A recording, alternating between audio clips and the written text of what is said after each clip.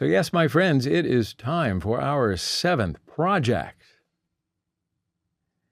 So in this project, we're going to develop a traffic light application by using the enum type. So we're going to learn how values can be assigned to enums in this project. So first, let's create a new project in Java and specify the project name as enum traffic light. Now, don't change any of the other options, just click the next button. And in this section, just uncheck create module info.java file, and then press the finish button. So in this project, let's right-click on the source folder and select New Class, and then specify the package name as Traffic Light and the class name as Traffic Light. So we can assign some custom values to enums. Let's define 3 constant colors in the Traffic Light enum class. First, red with stop as its value. Second, yellow with wait as the value. And last, green with the go value. So these definitions will also call the enum constructor with one string parameter. So why don't we declare a variable action with the string type to get the values of enums? So we'll need to create a constructor called traffic light that takes one parameter, action, with a string type. We assign the parameter variable action to variable action of this enum. Now, I want you to make a note here that, a mental note that is, that the enum constructors can only be private or default. In fact, let's try to change the private access modifier with public. And yeah, we get a compilation error.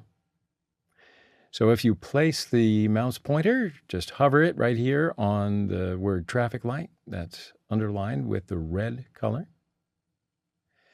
The error message, illegal modifier for the enum constructor, only private is permitted, is displayed as our message. So let's change the modifier to private again. Now finally, let's generate the getter method of the variable action by using the method that you've got to know by now from the previous exercises.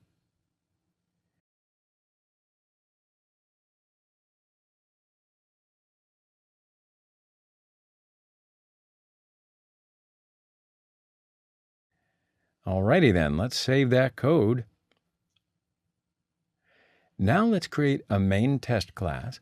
So right-click on the traffic light package and select New Class. Specify the class name as Traffic Light Test. And then select the checkbox to add to the main method. And let's create an enum instance array. And its name is going to be lights. And we'll assign enum values to this array.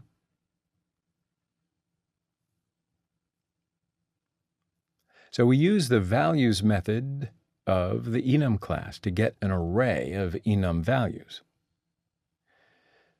So for that, we will use the for each loop to access enum constants and their values.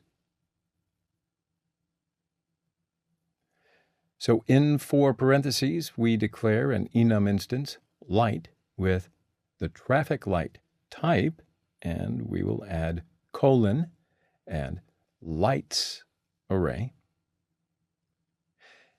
Now we want to iterate each element in the lights array and store it in the light instance.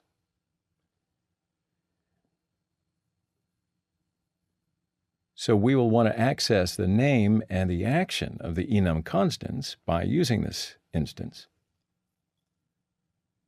So in the print method, first we'll call the name method to get the name of the enum constant. And then secondly, we'll call the getAction method to get the value of the enum constant.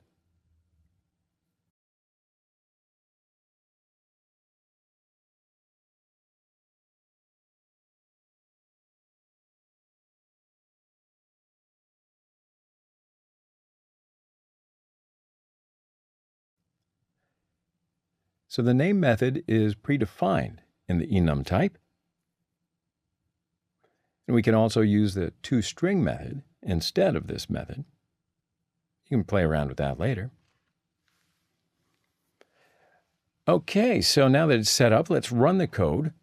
And look at that. You see the results right there in console. Now light is red, and its action is stop. Light is yellow, and its action is wait. Light is green, and its action is go.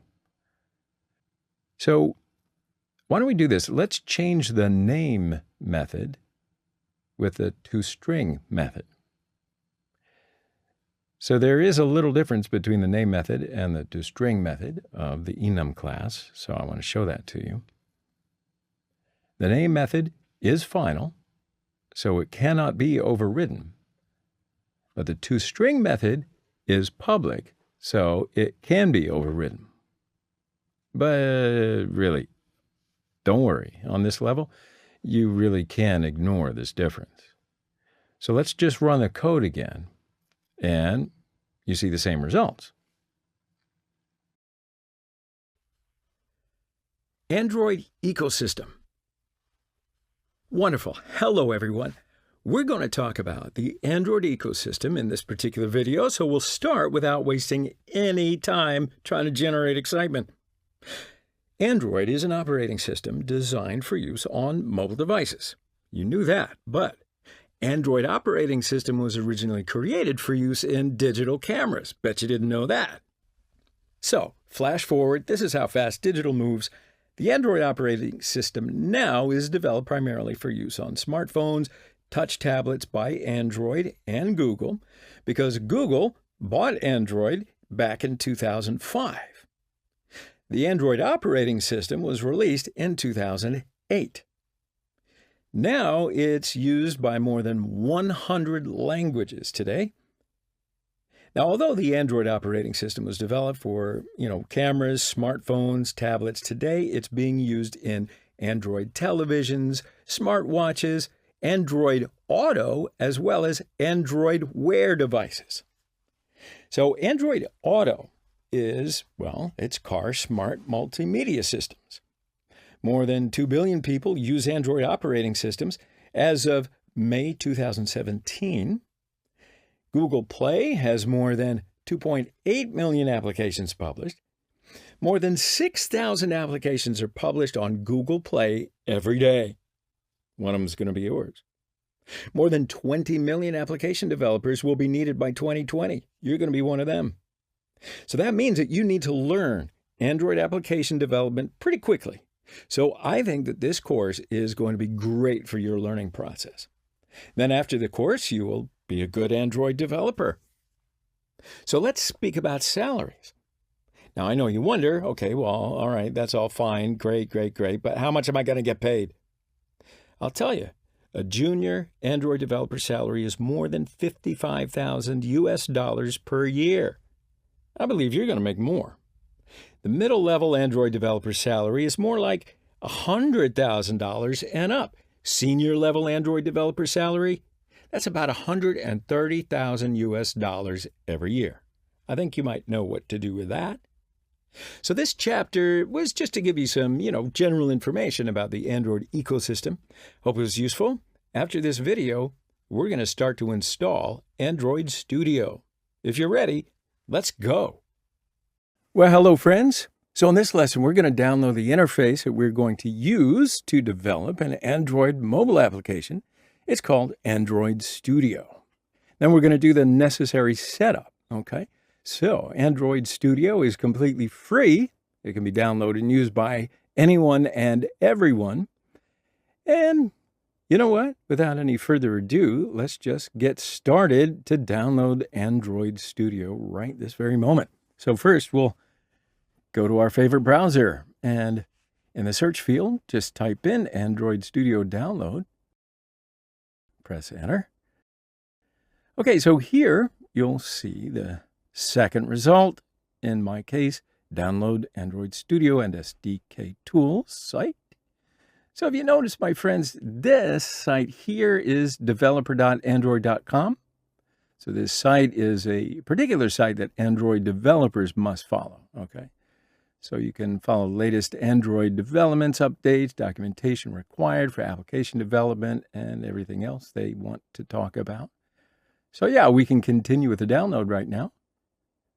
Now, in its current version, as you see, of Android Studio, it's available. And now I do have to mention here that Android Studio is continually updating itself.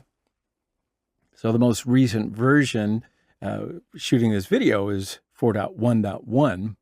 So this version may be a little different for you depending upon when you're doing it, but Android Studio's download and installation processes are always the same.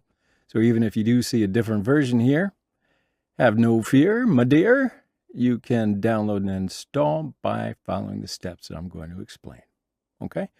So if your computer's operating system is 64-bit, you can start the download just by clicking the Download Android Studio button right here.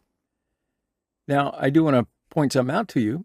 If you don't happen to know your computer's operating system, just find out, like I'll show you here. So just click on the Windows icon in the lower left corner, open up the computer application, and see the window that opens. Select this PC. It's this tab on the left, and right-click with the mouse. Now, when you select the Properties option at the bottom of the window that opens, the window containing the basic properties of the computer will open. All right. So from this window, you can find out your operating system, how many bits it runs at, etc., etc. All right, so let's go back and continue from where we left off. So if your computer's operating system is not Windows, you can click the Download Options tab right here on the left.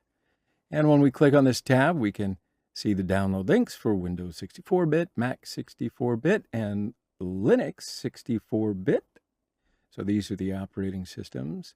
Now, please note that such an option does not appear for 32-bit operating systems because Android Studio does not support 32-bit operating systems since Android Studio 4.0. All right? Now, if your operating system happens to be 32-bit, go ahead and download Android Studio 3.6.3. All right, that's the last version of Android Studio before version 4.0. So for this, you can click the Download Archives link just right in here. And from the window that opens, need to accept the relevant contract terms. So I'll just click on I'll agree. And as you can see, we've already accessed all the versions of Android Studio. So here you can find 3.6.3 and use the download link required for 32-bit operating systems. All right, my friends, we can all work together.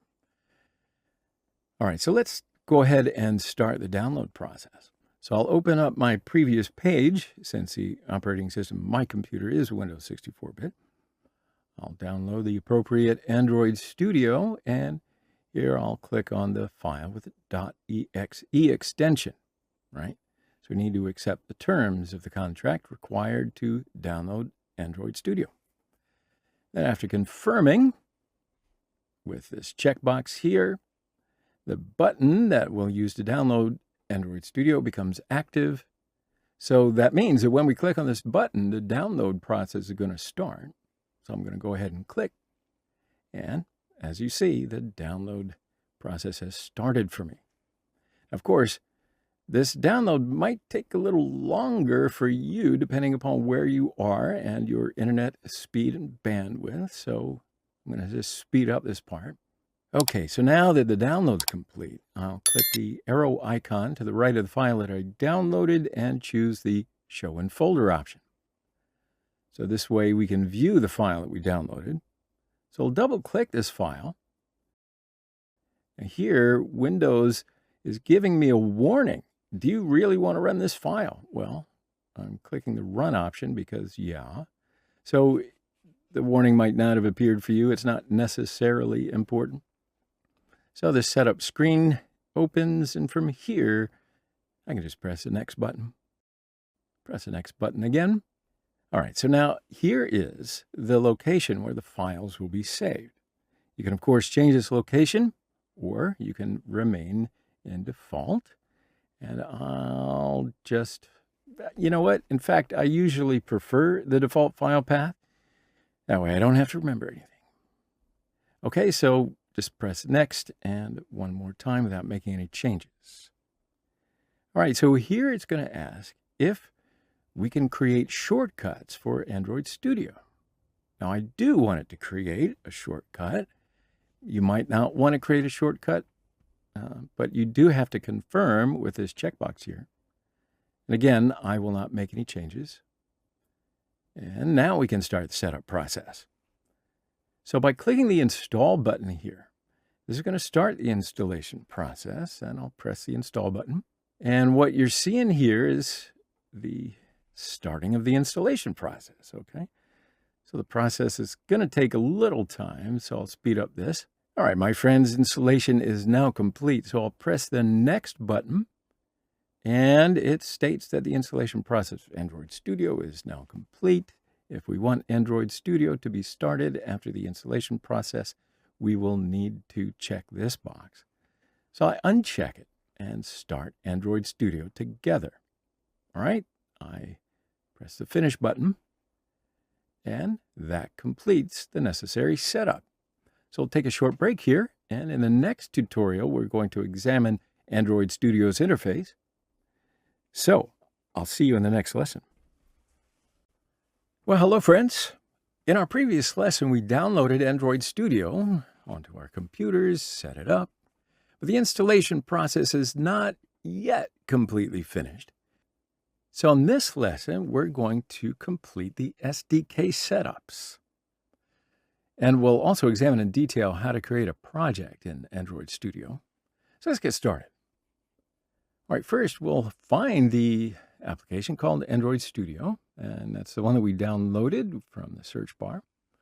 Now, by typing Android Studio right here, we can find the application that we downloaded. Easy as that. And there's the app. So now I'll just click on the Open option. And now that opens the application.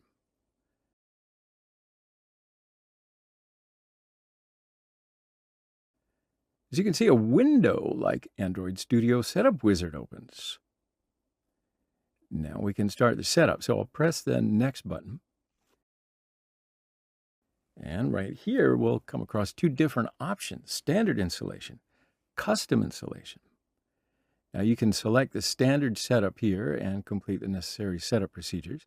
But I want to show you all the steps in the setup phase. So I'm going to choose the custom option just so that you are aware of it. So I'll press Next again. And on this page, it asks us to select the JDK.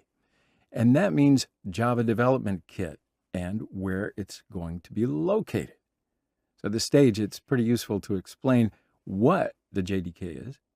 It is indeed the developer kit developed by Oracle, the founder of Java, in order to develop Java programming language applications using Android Studio. Now, of course, this kit comes embedded with Android Studio, so we don't need to install JDK separately. And that's why we choose the embedded JDK option here. So we can press the Next button again. And here, too, we can choose the background color of the interface that we will encode. There are two different options: Darkula and Light. I usually prefer the light mode. You can also change these settings later. Now I'll press the next button again. Now on this page, we will do the necessary steps for SDK. And that basically means Software Development Kit. And here's where we install it. Now you can see there are 3 different options here: Android SDK Platform, Performance, and Android Virtual Device. So it's worth noting at this point that we can test the applications that we make in Android Studio on virtual devices offered to us by Android Studio. So the settings here are generally related to the performance of this virtual device. And I just suggest you choose all the options here. Otherwise, you may run into some problems later on, but that's why I generally choose all 3 options. Now, just below, we'll need to specify the SDK location. And of course, I generally use default locations. But of course, you can save it to any folder that you want. And I'll press the next button again. And on this page for the emulator, we can adjust the RAM size that we're going to give to it. In general, we can always use the size suggested here. And then while your emulator is running, the size that you set will be used from your RAM. Of course, when you turn off the emulator, your RAM continues to run at the size before it started. All right. So without changing anything, I'll just click the next button. So this page also lists the settings that we've made so far. And if there's any setting that you want to change, you can always return to the pages where we made the relevant settings just by pressing previous. And if you don't make any changes, if you can just confirm all the settings.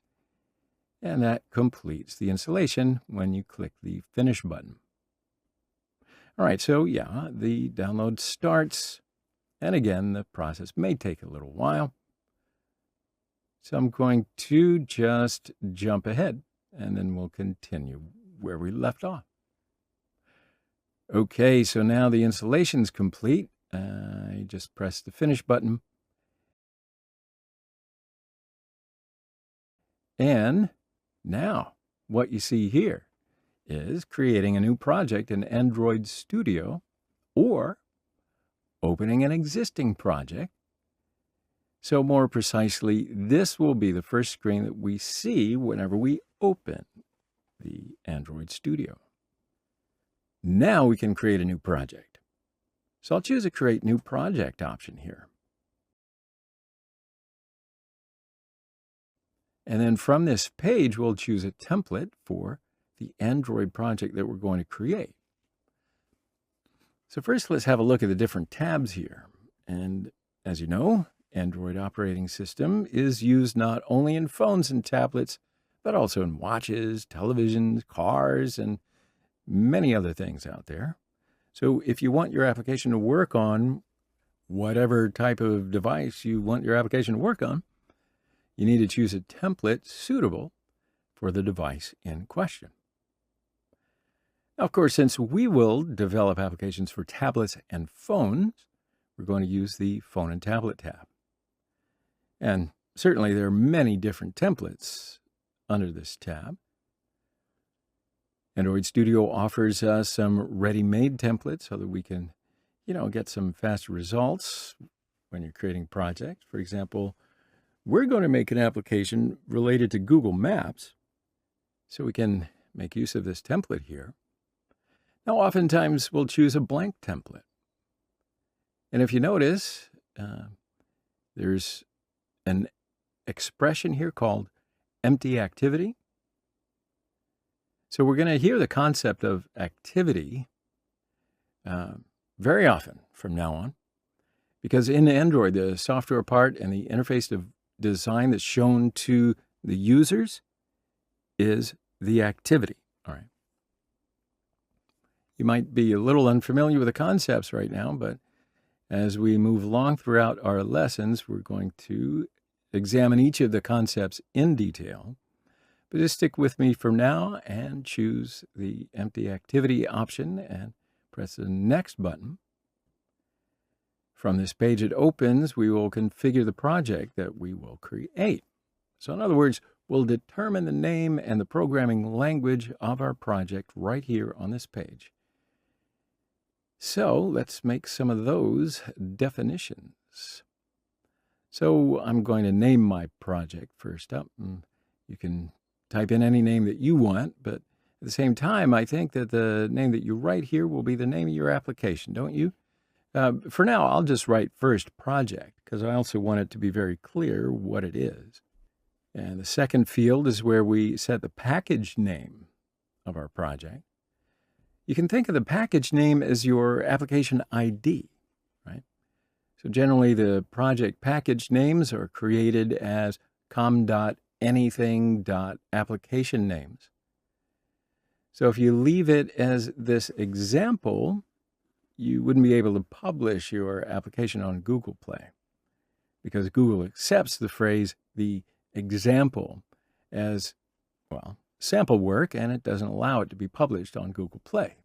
So therefore, if you work for a company or, well, even if you're just a private developer, you can enter specific phrases, right? Such as your company name or even your own, like, last name or whatever. I'm just going to leave it as example for now because I'm not going to be publishing this anywhere. Now, the third part here is the file path, and this is where our project will be saved. So as always, you can save your project in any folder on your computer. But notice, though, that there are / and project names at the end of the file path. So if you change the file path, just be sure to add the / and project name to the end of the new file path. Otherwise, you won't be able to save your project. Cool? So in the fourth part, we have to choose the programming language that we will use in our project. We will build our applications using Java. So I'll choose Java. Now the fifth section is minimum SDK. So in other words, if we want our applications to run on Android, we can determine it from this section. As you know, Android is continually releasing new versions like Android 9, Android 10, 11. So from this section, we can determine the minimum Android level at which our application will run. For example, if we choose Android 8, well, the application will work on Android 8, Android 9, Android 10, and 11, right? So it's 8 and up. So the version you choose refers to the minimum Android version that it's going to work on. Notice that when I choose any version, Android Studio tells us right here below what percentage of Android devices this application will run on. It's always useful info. So if you're going to publish your app on the Play Store, you can choose a low Android version from this section. Of course, at this point, I should also mention the following. Since some codes are updated in every new version of Android, choosing the lowest Android version can sometimes cause you problems. Therefore, yes, there is another option. I generally choose API 17 as my level. Now, of course, we can change all these settings later, my friends, but I want to show you where they are. But since we are doing some sample projects for now, you can just choose any version. So finally, a checkbox has been created here, and we'll be able to use the Android support library, which is Android's old library. So we're not going to choose this option because we are going to use the Android X library. And this is the current library of Android. And we're going to be using this in our projects as we continue. So now we'll be able to create our first project just by clicking the Finish button. And depending upon what sort of computer and what horsepower it's got, it might take a little while to create your first project. It is all related, but it's all good. If you have a pretty fast computer, you can create your project course in a shorter period of time.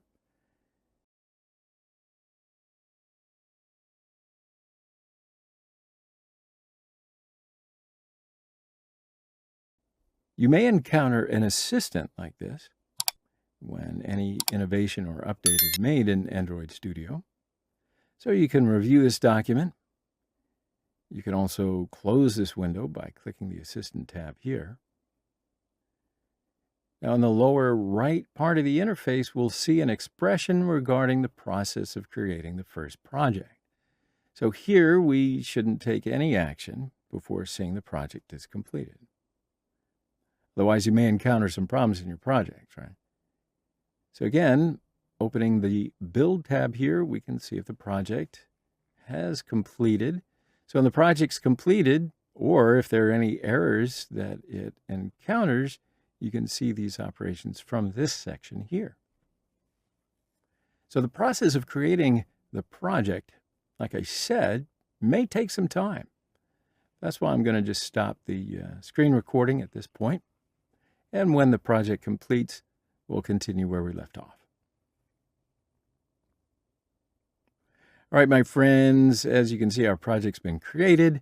So far, we have set up Android Studio, created our first project. So we'll take a short break here, and in the next lesson, we're going to examine the interface of Android Studio. So I'll see you in the next lesson. Well, hello, friends. So now that we've completed the installation of Android Studio in our previous lesson, now we'll be able to examine the interface of Android Studio.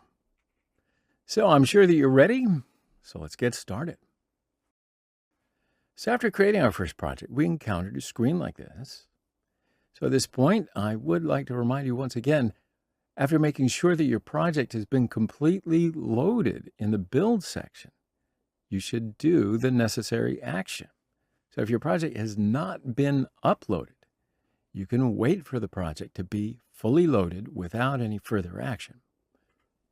All right, so after making this reminder, now we can examine Android Studio's interface. So we can basically examine the interface in 4 parts. The first part is the part where we do the coding and make the necessary designs for our projects. Now you're going to see it better if we close the build window here. And if you notice, there are 2 tabs here. The first is the main activity.java, which we will use to write our Java code. And the second is the activity main.xml file that we can design for our projects. Now, while developing an Android application, we'll first create the design of the application that we'll do, and then we make the necessary coding for the design. Actually, this is the part where we will use as a basis, right? So for now, you just need to know this preliminary information. So after examining other parts of the interface, we will examine this part in detail. Now the section on the left over here is the section where the project files are located.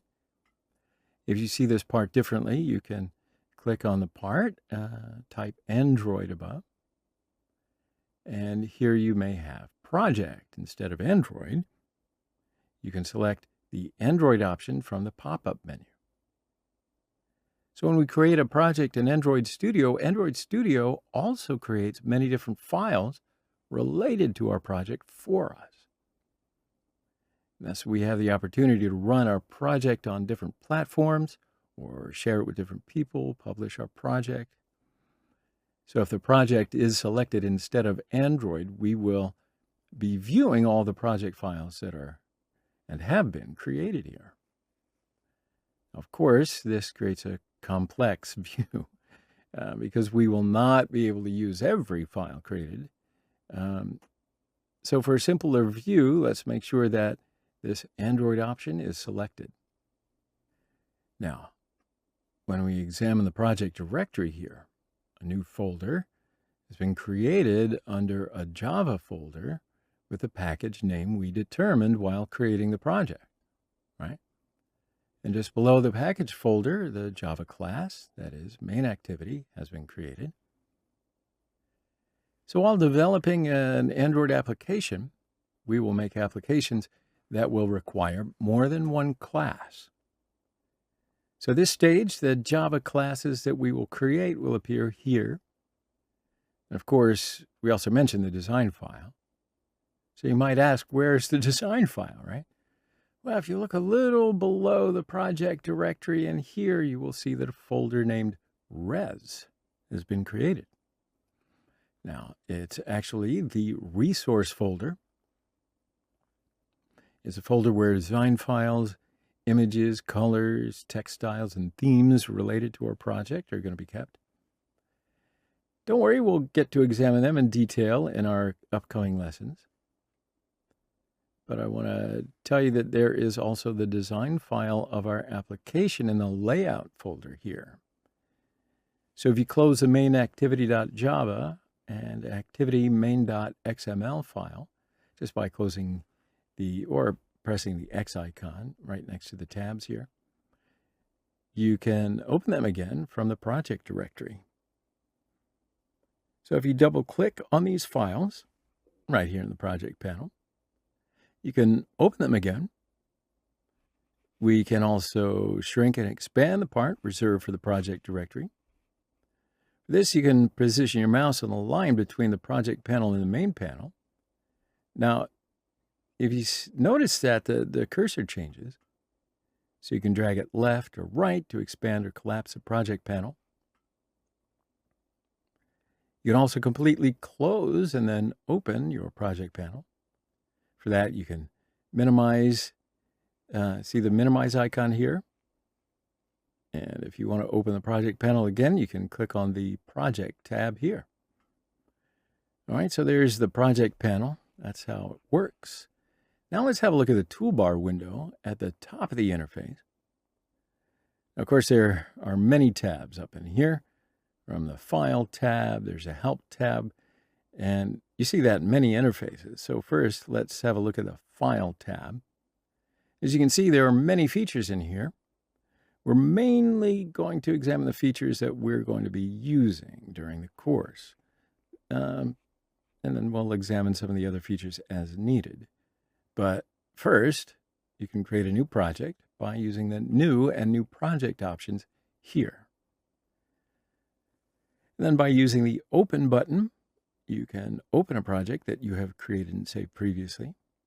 You can also close your open project by using the Close Project option. And there is a Settings option here to make some necessary settings for Android Studio. So my friends who are using a Mac can click on Android Studio tab to the left of the File tab and select Preferences from the pop-up menu. So why don't we open up the settings screen now, and you can search the feature that you want right here in the search bar. For example, the size of the text in the area that we will be coding, I think it's quite small. So I'm just going to increase the size of the font, and that way you'll be able to see it better. All right, maybe me. So when I write font, the related features come up, right?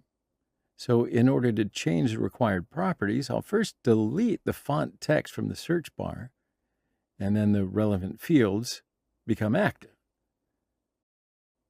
So you can change the font in the font section here. You can also increase the size of text from the size option just below. I'm going to make it 18. And as you see, the text becomes much more legible. Now, naturally, you don't have to do this step, but I'm going to do it this way so that you can see it better. All right, so let's take a look at another feature. So I'll type in theme in the search bar. So by using this feature, you can change the interface to dark mode or light mode. Okay, so let's finally examine the SDK section and finish the settings section. So I'll write SDK into the search bar. And here you can see the SDK location. There are also 3 tabs just below. The first is SDK platforms. Now, if there was any sort of a problem during your installation, well, we could always download the SDK that we need from here. As you can see, here's a statement that it is indeed installed. Now, if you also write another statement, you should check the checkbox here and press the Apply button here. And that way you will reinstall SDK. So I'll open up the second tab, the SDK Tools tab. And what you're looking at is there are 4 tools installed. If any one of them is missing, that is, if it doesn't happen to be installed, you should check the checkbox here and press the Apply button. So we can also install Google Play services and USB driver tools here. That way you can test your projects on your personal Android device instead of testing them on the emulator. So you can also install these tools if you want. So for this, I'll tick the checkboxes here and press the Apply button. So when you click on the OK button, the necessary installation processes begin.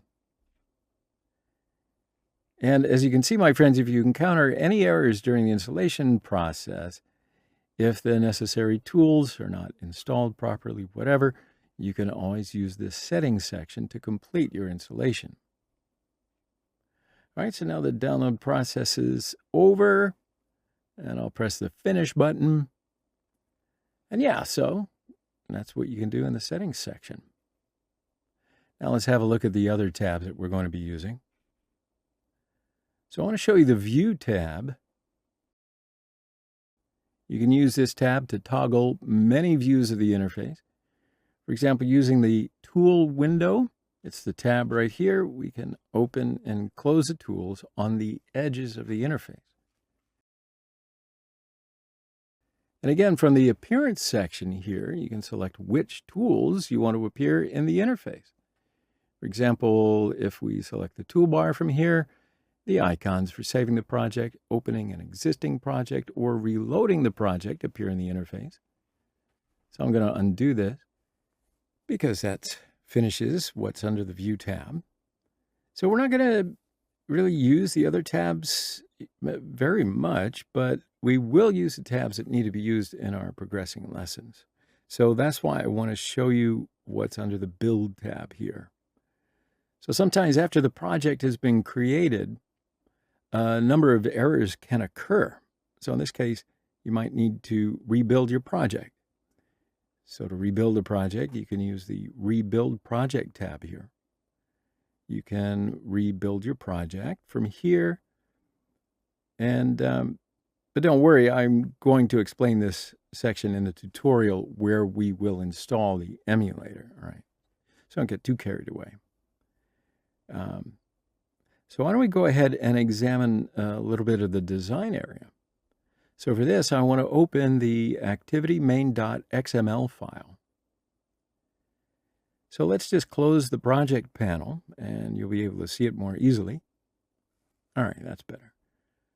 So you can also zoom in on the design area just by pressing the plus icon here. All right. So now we are focusing on the design area. And again, the design area incorporates 4 different sections.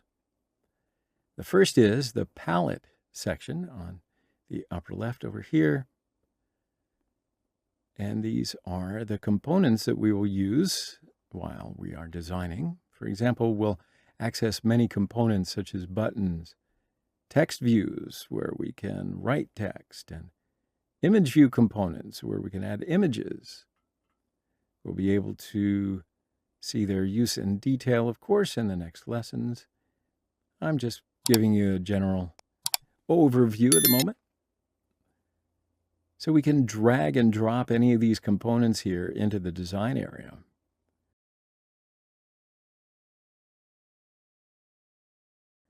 Notice that the design area looks like a phone screen. In fact, if you click on the eye icon here and select the Show System UI option, you'll get a real Android phone screen. Right, so that's what you could do in the design area. Let's activate the Show System UI option again. So in previous versions of Android Studio, show layout decoration was used instead of show system UI. So hopefully that's not too confusing, but now you know. And that's how you make your designs better. So let's just delete the text view component where hello world is written. And to do that, just click on the component, hit delete, right? And now to undo this, I can press Control or Command Z for Mac from the keyboard. I'll zoom in a little bit. And another way to delete any component after selecting the component, you can right-click with your mouse, and then from the options that appear, select the Delete option. And to undo this, I'll press Control or Command Z for Mac from the keyboard. Now, finally, you can select and delete the component from the Component Tree section. So that's the second part of the design area. Again, to add components to the design area, you can drag and drop the component you select from the palette section into the component tree section. And component tree is a section where the components that we use in the design area are going to be located. So we can choose the components from the design area, or we can select them from the component tree and change any properties that we want to change. We could change the properties of components in the attributes section as well, located on the far right.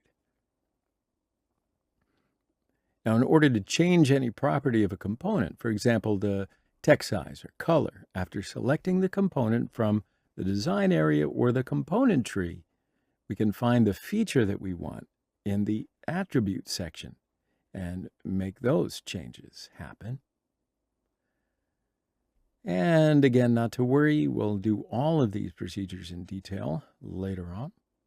But I do want to draw your attention to this. Notice that the design file is actually a .xml file. So in other words, XML code is actually created for all the components that we're going to be using while designing, as well as the properties of these components. For example, to add a button to the design area, we can either drag and drop the button from the palette or create it by typing XML code. And for this, we can open the split or code tabs in the upper right corner.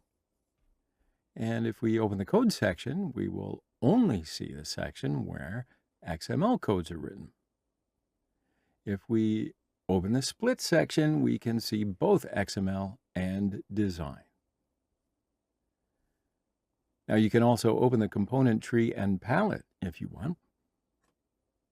If you open the design tab, you can only see the design area.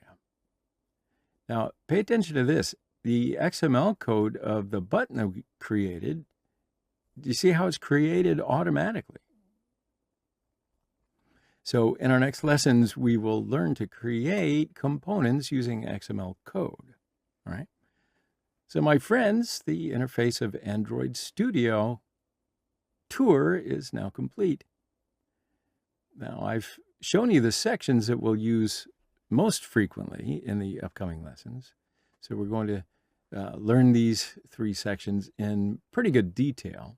But before we end here, I should also mention that since Android Studio is constantly improving yourself, you may see some differences in the interfaces in our next lessons. For example, the code and design section here was at the bottom left in previous versions, and this split option wasn't even available. So you may see slight differences in the interface like this. Not a big deal. If there is an update about coding, we will update our related course as soon as we can. All right. So now we can end our lesson, and I want to see in the next lesson where we're going to create an emulator, or what's often called an Android virtual device. So we'll take a short break here, and I want to see you in the next lesson. Well, hello, friends. So we examined the interface of Android Studio in our previous lesson. So in this lesson, we will install the Android virtual device. And this is going to be the emulator that will allow us to test the applications that we're going to make. So once you're ready, let's get started. First off, let's just delete the text view and the button components from the design area that we created in the previous lesson. And to do that, I'll select the two components from the component tree section and press delete, which is right here on the keyboard. Okay, so my design area is now clear. So before starting the emulator setup, I would like to give you a little bit of extra information just about how to open and close a project, or how to close and open a project, or how to open a new project, how to open a previously created project, in fact. So in order to close an open project in Android Studio, just first click on the File tab in the upper left corner of the interface. So it's here right now, and then you just click on the Close Project option from the menu that opens. So if you follow these steps, you can close a project that's open in Android Studio. So after you close a project, you'll be able to see the start screen of Android Studio. Of course, if your goal is to create a new project, you should just select the Create New Project option from here. We learned how to create a new project in Android Studio in the setup lessons earlier. So for now, the section that you see on the left is the section where projects that you have created before are listed. If a project you've done before appears in this area, you can just open your project by clicking on the project. And if the project you want to open does not appear in this area, the second way you can do that is select Open an Existing Project option from here. So you can, of course, open any project on your computer. This is where you're going to need to know the file path where your project was saved, should you not use the default option. So we had to specify the folder where the files will be saved earlier when we created our first project. Now, your projects are saved to the file path that you specified. If you happen to know where your project's been saved at this stage, you will just need to access the folder with your project. As you can see, I got access to the first project that we created, the first project file. Now you have to make sure that your project is selected here, so you don't want to scroll down the triangle over here to the left of your project.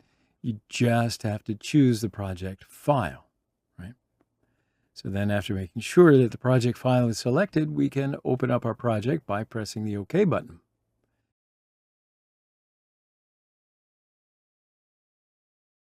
Then when you open your project, Android Studio will show us a tip. Tip of the day. You can always tip your hat to the tip of the day. You can read this, but I usually check the don't show tips. But that's just me. I don't want this one to open every time. Cool, so now we have to wait for our project to be fully created. And that means that we shouldn't take any action before our project is completely created. So, cool. Here we go. So our project's been created successfully, and we can now start the setup of our Android virtual device. So in Android Studio, to create a virtual device or to start an existing virtual device, we'll need to click on the phone icon on the top right of the interface. Notice when I move the mouse cursor over the phone icon, AVD Manager appears. Now let's open the AVD Manager by pressing the phone icon, and when we click it, a window opens like this. And this shows us our virtual devices. Of course, since I've created two virtual devices before, these virtual devices appear here, but since you are creating a virtual device for the very first time, you might see a different screen, but don't worry about that. We'll have the same screens soon because we'll do everything step by step together. Now, at this point, I do want to show you how you can delete a virtual device that you've created before. So click on the gray triangle at the end line here where each virtual device is shown. So clicking it will open some views. If you select the duplicate option, you'll obviously create a copy of your existing virtual device. If you choose the delete option at the bottom, you will completely delete the virtual device that you've created. And if you choose the wipe data option, well, that means that you'll just delete all the data on your virtual device, on the virtual device only, of course. Sometimes we can use this option because as we develop projects and then we test them on virtual devices, the size of the virtual device on the disk increases, and then it can begin to slow down. So when you're faced with that kind of situation, you might just need to clean the virtual device. And by selecting the delete option here, I will delete the virtual devices that I created earlier. And together we will create our virtual device from the very beginning. All right. So I'll also just delete the other virtual device. All right. So now that we've deleted the virtual devices that I had left over, I created them earlier. We probably are looking at the same screens, right? So now we can create our own virtual device step by step. So first of all, I'll just click the Create Virtual Device. So it's this button here to create that virtual device. And when you click it, a window opens just like this. And this is the first step in creating a virtual device. All right? So the left of the window, you see here, there's a number of categories. And as you know, Android operating system is an operating system that can be used in televisions, phones, watches, tablets, cars. So in other words, choose a category according to what you're going to make your application for, which platform. Now, since we're going to be making applications that can run on the phone, I'm going to choose the phone option. And then later here, we'll see phones built by Google. So you can choose any virtual device here. However, it might be better if you choose any of the devices with the Play Store application installed. And then as a result, we'll produce an application, and there may be some things that we have to do in the Play Store regarding the application. So I'll generally choose the devices that have the Play Store application installed. Just a heads up or an FYI. You can also see the size and the resolution of the virtual devices from here. So taking all of the different features into account, you can choose any virtual device. Typically, I'll prefer the Pixel 2 because both the Play Store application is installed and the resolution and size are ideal. So I indeed will choose the Pixel 2 virtual device. So after selecting Pixel 2, I press the next button at the bottom right, and then we'll click the next button, and the window with Android versions opens. Now, we can probably determine which version of Android that we want to have installed on our virtual device. The most current version is Android 11 or Android R, all right? I wonder, your screen probably has the word download next to all versions. But since I have already downloaded the Android R version before, you're not going to see the download statement. So don't worry about that. Usually you just select the most current version at this stage, but you can always download other versions as well. Now, if you do want to download any other version, of course, just click the download option here. And as soon as you click on it, the download will start automatically. And then again, the process might take some time. But since I have downloaded Android R before, I'm just going to cancel this. But I did show it to you, so there you go. When the download is complete, just click on the Finish button, and thus the version of Android you downloaded will be installed onto your virtual device. So now I'll just cancel the download by pressing the Cancel button, and after downloading Android 11, press Next again. So this step is the last step in the process of creating a virtual device. You can name your virtual device from this window that opens. However, usually we want virtual devices with a default name here. You can also specify the startup orientation of your virtual device from here. I'm going to choose portrait, and generally that's what I use. And sure enough, we can now create our virtual device by clicking the Finish button.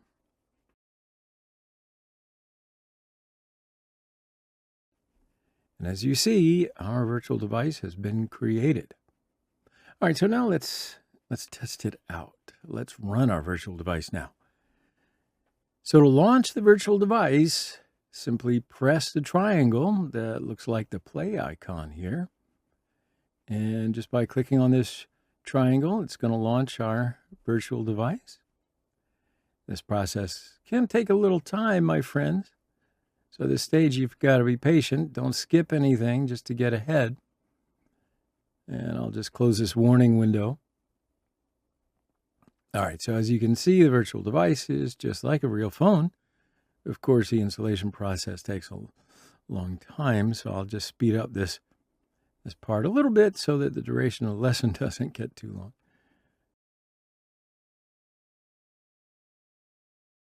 And I'll also close this window.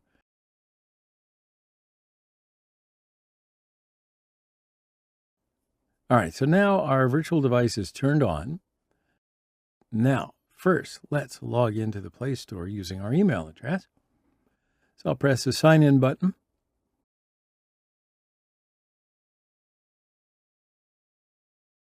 You can write your email address in the field here.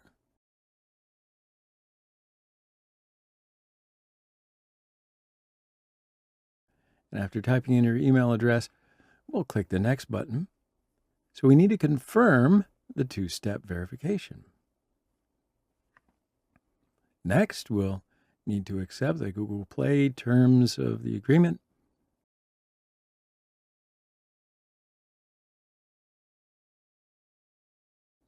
And we must also accept the rules of Google services.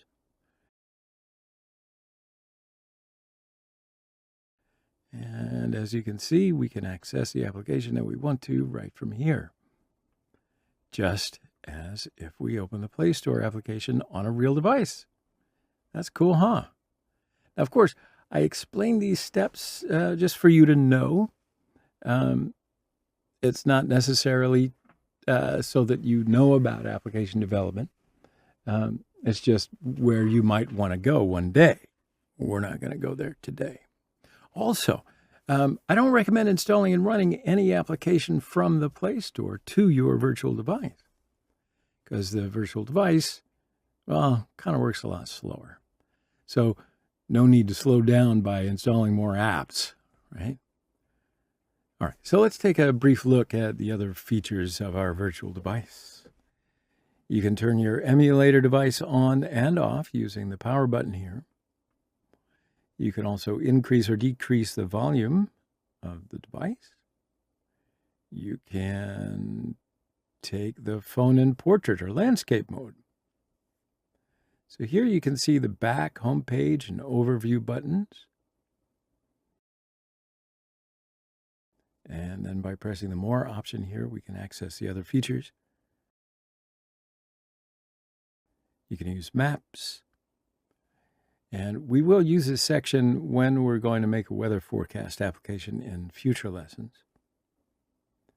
And here again, you can see cellular, battery status, and from here you can access the photos on your virtual device. And again, there's an area where you can make virtual calls. Of course, we are going to hardly use these features here. I just want to show you for your own information. So maybe we can use the location section when we're going to make our weather application. And we'll just add a Google Maps complication. That'll be fun. But for now, let's close this window just by pressing the X in the upper right corner. Now from here, if you swipe up with your mouse, you can access the apps on the phone. Cool, huh? All right, my friends, the installation of the virtual device is now complete. The question becomes, how do we run a project that we made on a virtual device? That's a great question. And first of all, we can minimize our virtual device by clicking the minimize icon here. So in future lessons, we're going to make some applications, and we'll need to test these applications on our virtual device. So if you notice, here we see the virtual device that we've just completed the setup for. And if we had more than one virtual device, or if we connected a real Android device, we'd be able to see all of those devices here. On whichever device that you want to test your application, you could just choose a device from here. But for the moment, since we only have the one virtual device, I'll choose Pixel 2. Then press the green triangle icon here. This will run the application and test it. So if you want, let's add a button to the design area before we test the project. So I'll select the button component from the palette and drag it to the design area. Now you don't need to do this. I'm just going to show you how to test a project on a virtual device. So again, don't worry about it. We will learn these in detail in the coming lessons. So I'll just move the design area a little closer. So now let's change some properties of the button in the attribute section. And I'll just increase the width of the button. Make the width of the button maybe 300 dp. And now I'm changing these features quickly. So again, you'll learn them all later. Don't worry. So we'll make a background color red. So to change the property of a component, you've got to make sure that you select the relevant component from the design area or the component tree. We can change the text on the button. For example, we can write hello world. And after changing any property you want, just apply the change to the component by pressing the Enter key on the keyboard. So why don't we change the size of hello world again? Finally, I'll make a text style feature bold. Yeah, and then we'll determine the constraint values of our button. And in our constraint layout lesson, we'll explain again this process in detail.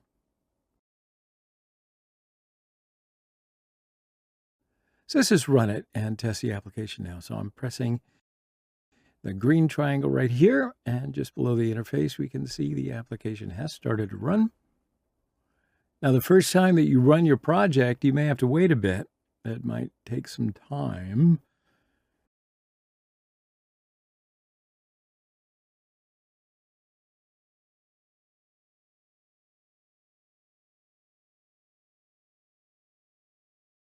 But as you can see, our application opens, and we can also see the button that we created in the design area. Now, of course, we haven't written any code for now. I just showed you very simply how to run your project on a virtual device. In our up-and-coming lessons, we're going to write code along with the designs that we do for our projects. So for now, we can terminate the project that we're running, and I'll show you how to terminate a project. You just press the red square icon here. And then, of course, pressing this will stop your running project. Just press the green triangle to run the project again. All right. So that is how to set up a virtual device. And it's also how to test your very own project on a virtual device. Cool. So we're going to take a short break here. And in the next lesson, we're going to continue to review Android Studio. I'll see you in the next one. General information about the Gradle build system. Hello, everyone. I want to give you some information about the Gradle build system in this particular video. And before we start, I want to show you some Gradle files in Android Studio. So let's move on to Android Studio. I should add some reverb in there.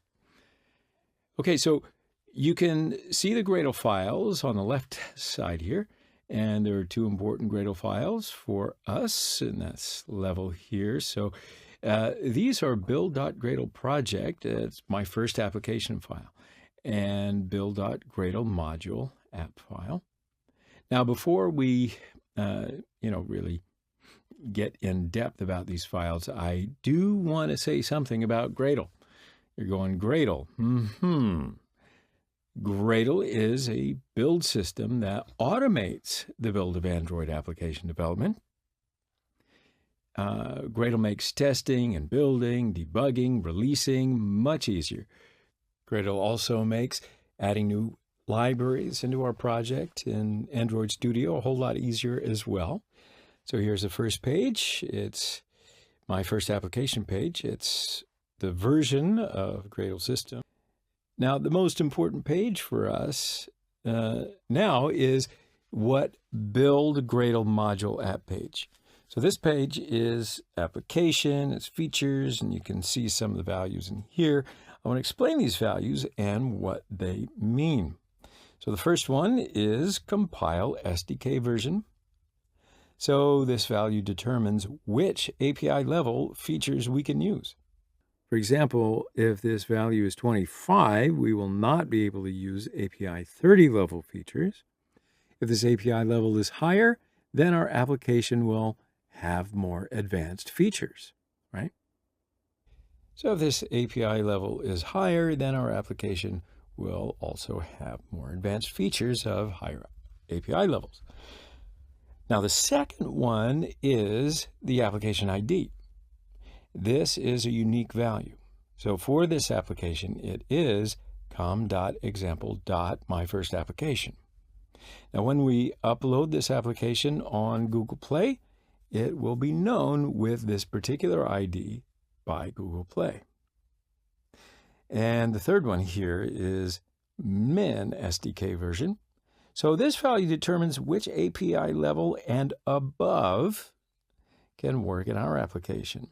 So it's a lower value, so it's a minimum value for this application. It is 22, and that means that this application will not work below API level 21, right? Now, the other one is the target SDK version.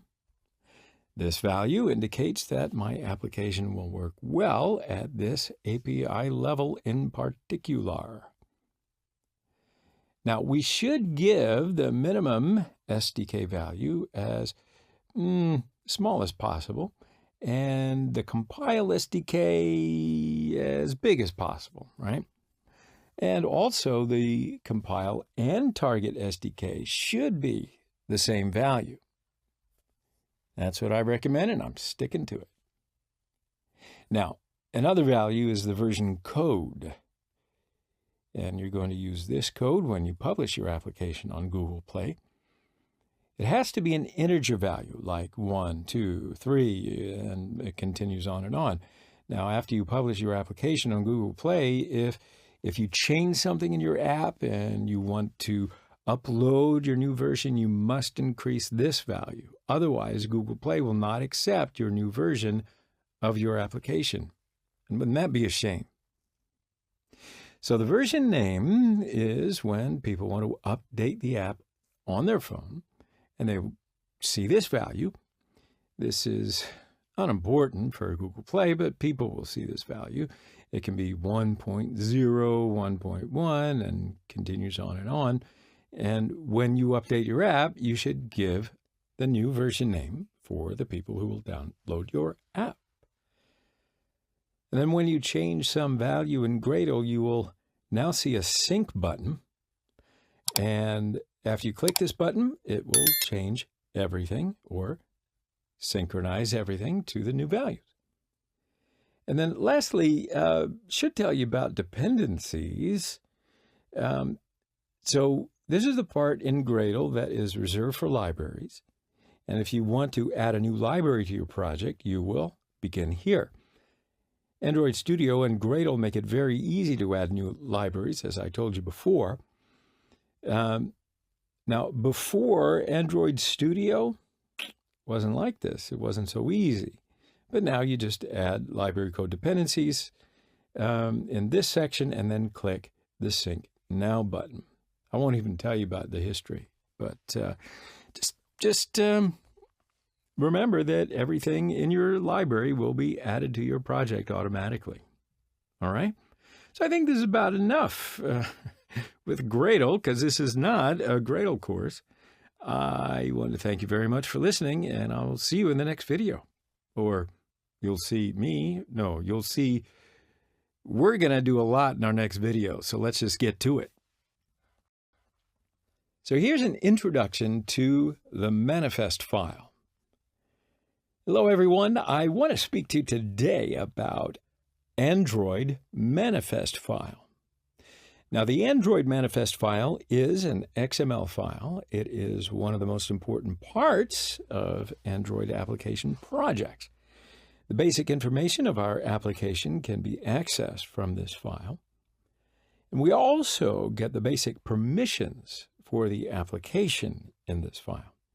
So we can continue on to Android Studio, and here I'll open Android Studio, and you can find the manifest file under the app folder on the left-hand side of Android Studio. Now, when I open the manifest file, you can see that its extension is .xml. Now, if you look at this file carefully, you'll see the package name. It is com.example.com, my first application. And we spoke about the package name before, right? Also, there's a line in the manifest file that is an Android icon. Now, it's second line under the application line, and we'll determine the icon of our Android application on the phone in this line. So we'll choose a picture for our Android application, and then after that, we'll put this picture in the map folder. And then we'll write the picture name on this line. Now, if we do not choose a picture for our application, Android Studio chooses a default icon, and that is the Android robot icon. Now, the other important line is the Android label line. And you see that the label is my first application for this project. And this line is for how our Android application name will be seen on the phone itself. So if we change this label, then our application name will also change on the phone. Also, all of our activity files are defined in the manifest file. So we have just one activity for this project right now. As you can see, it is defined in the manifest file in the activity line as a .main activity. And it's defined as a launcher activity in the category line. Now, if we create new activities and want one of these activities to be a launcher activity, then we should determine it to be a launcher activity in the manifest file. So launcher activity will, of course, launch first, and then we'll open the application on the phone. There's another important thing that I want to tell you about this Android manifest file. It's about user permissions. So when you develop an Android application, it will use some of the device features, such as camera and Wi-Fi, phone numbers, microphone, location, all that kind of stuff, right? So you cannot reach these features without getting the user permission. So that means, being a good developer, you have to first ask permission of the user. And then you just write it into the manifest file. And you can see it here, which permission you get from the user, such as access Wi-Fi. And this permission gives you access to the device Wi-Fi connection. Now, if you take network state permission, your application can use the device mobile internet. For example, if your application makes a phone call, you have to get the phone call's permission. You can take all of these permissions from the manifest file, but when you take these permissions from the manifest file, the user will see these permissions before downloading the app on Google Play. So after selecting the type of permission you will use in your application from the manifest file, you can press the slash or shift and greater keys on the keyboard to close the tag. Now the other topic is screen orientation for this level. And when the user opens your app on the mobile device, your application will appear vertical or horizontal. Now you can specify this in the manifest file. If you choose the screen orientation portrait, your application will appear vertical. And if you choose landscape, it will appear horizontal.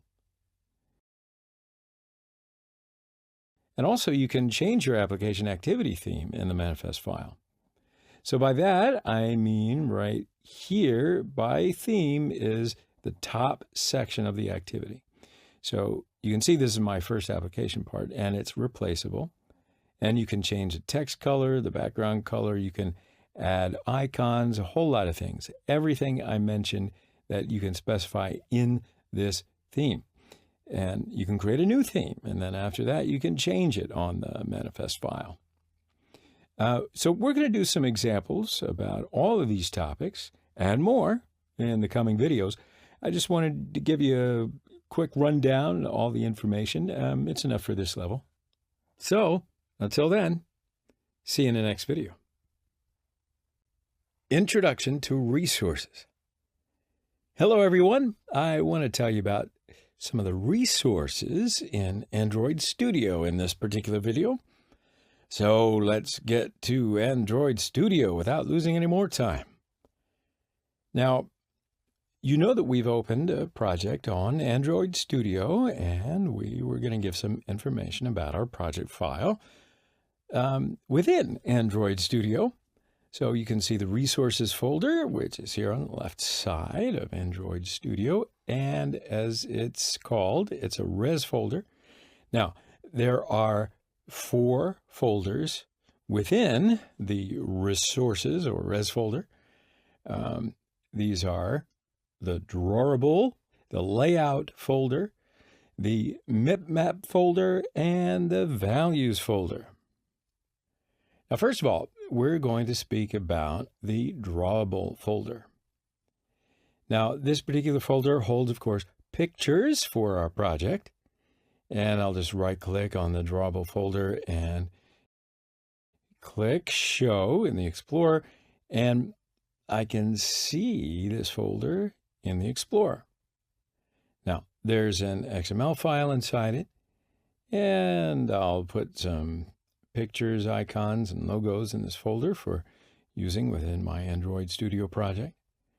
And when I need these pictures, I can call it up, giving this folder path, right? And then I'll just copy a picture from another folder, paste it in the drawable folder. And after I close this folder, and you can see now that this picture is under the drawable folder in Android Studio. And if I click it, it will open. And then I can use this picture in my project, such as a background image. Now, another folder is the layout folder. And the layout folder holds XML activities files for our Android application. Now, you know that we have one activity now for this project, and its name is main activity. But there is a second part of this activity. So one is the XML file, the other is the Java file. All right, so the layout folder holds the XML file of the main activity. The main activity Java file is in order under the app Java com.example.my first application folder. So if we had other activities, their XML files would have been under the layout folder, and then we could work on each activity individually, whichever one we want. Now, another folder is the map folder. The map folder holds pictures and icons like the drawable folder. So I know what you're thinking. If the map folder holds pictures like a drawable folder, then why do we have 2 different folders for the pictures? But the map folder is not the same as the drawable folder. So I'll open up the MipMap folder on Explorer, and then you can see here that there are 6 different MipMap folders. They are MipMap HDPI, MHDPI, XHDPI, XXHDPI, and, well, etc. You can read them yourself. So why are there 6 different MipMap folders? So if you look at it carefully, you will see that there is the same picture in each of the MipMap folders. Now, if you recall, we spoke about Android applications. And before you can develop Android applications, you have to determine screen sizes, because you can develop Android applications for different screen sizes. In fact, you can develop Android applications for small screens, big screens, tablets, or Android televisions. So when you are developing these applications, if you use the same pictures for every screen resolution, of course, the pictures won't appear very well in your application. And we don't want that. It's going to look bad. So to solve the problem, Android Studio uses a MipMap folder. And then what you'll do is you will use copies of the same image in different resolutions, and they'll all be stored here. So whichever size of the device that you're going to be running your application, it will use the required photo from the Android Studio MipMap folder. For example, if your application runs on the small screen device, your application will use pictures in the MHDPI folder. Or if your application runs on a big screen device, it will use pictures in the XHDPI. Now, your application will make this decision automatically, but you also need to write some code for this operation to be successful. It doesn't work just by putting the pictures in the folder. I wish. Well, okay, maybe you wish. So we're going to see some examples about how to do this in the next couple of videos. This video is just giving you the general overview about Android Studio and what you can do in Android Studio. So we'll move on to the last folder, which is the values folder. There are 2 XML files and 1 theme folder here. Now, in previous versions of Android Studio, there was a style.xml file instead of the theme folder. However, in the current versions of Android Studio, the theme folder was created instead of the style.xml file in order to access the dark theme and light theme features more easily. So we're going to examine this in a moment, but for now, I'll click on and open Colors XML first. So you can define colors for your project in this XML file. So you see there are 7 colors in here. Every color has a code. This code is XML code. And you can define colors using XML code. You can find every color XML code way out there in the worldwide internet. So you'll choose a color, put in its code in this file. So after that, you'll need to, well, name your color. So here the name is purple, teal, black, white. So when I need this color, I will just call it by name. For example, I want to change my main activity background color. I'll go to the main activity XML and I will choose the background in the attributes section where the right side of the Android Studio interface is. Then after that, a window is going to open and I can see the names in the color section in this window. Now also there are other basic colors in here. But of course there are millions of color codes and you won't be able to find every color in Android Studio. So because of this, if you want to use a new color, you can define that color in the colors XML file. All right. So then after that, you can give this color a name. And you can then use this name whenever and wherever you need to. So in other words, you won't need to remember the color code. So we'll write here the code and you can use it everywhere you need. So what I'm going to do is add a new color here. As an example, I'll copy the last line and I'll paste it under. After that, I change the name color red, also change the color code, but we, of course, won't be able to know the code of every color. If we do know the color code, we can write it here. If we don't know the color code, we can find it out there on the internet. Or we could always click on the color box on the left, and that opens a palette where we can choose a color. So we can choose the color that we want from here. I'm just going to choose red for now. So note here, though, that this is the code for the color that I chose. So later when I click anywhere outside of the color palette, I'll be creating my new color, right? All right, so now it's added. That's easy. So I'll go back to the main activity and try to change the background again. And I will see this new color on the list called red. Yay!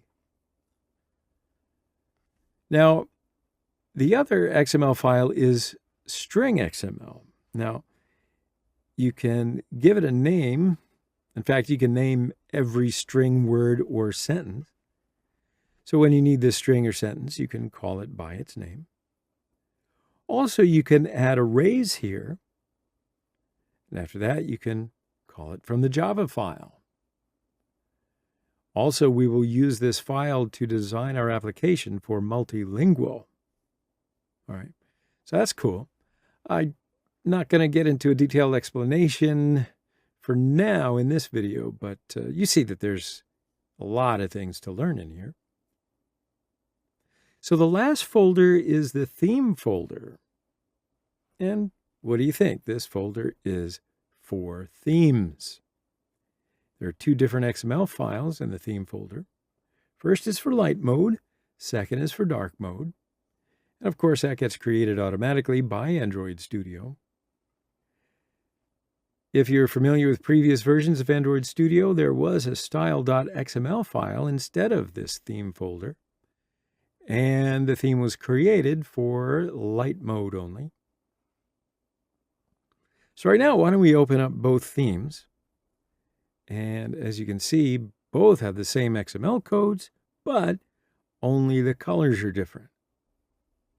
So for this reason, it will be enough for us to examine the XML file containing the light theme. Now, if you notice, there are primary and secondary colors here.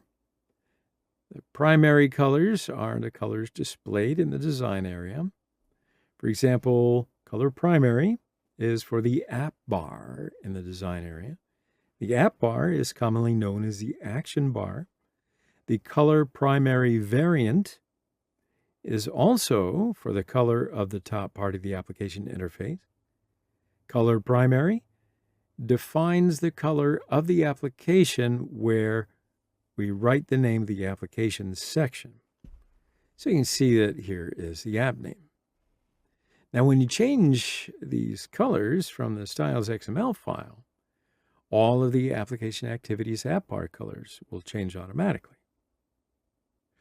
Also, you can create a new theme here, and which activity that you want to use, you can just change the theme from the manifest file, and it too will change. Also, we said that with the new version of Android Studio, it becomes easier to switch to the dark theme. Well, why don't we take a look at this now? So let's open up the design area, and when we click on the orientation icon here, we can see the night mode option. And if you select night mode, your design space will turn into this dark mode, and all components in the design area will have this dark theme color scheme applied. And if you click the orientation icon again and select the not night option, the colors in the bright theme will be applied to your design area. See how easy that is, my friends? All right, so that's all you need to know for now. In our next lessons, we will learn all of the issues in detail and we'll practice all of the solutions, okay? So why don't we just have a short break here? And I want to see you in the next lesson. Cool.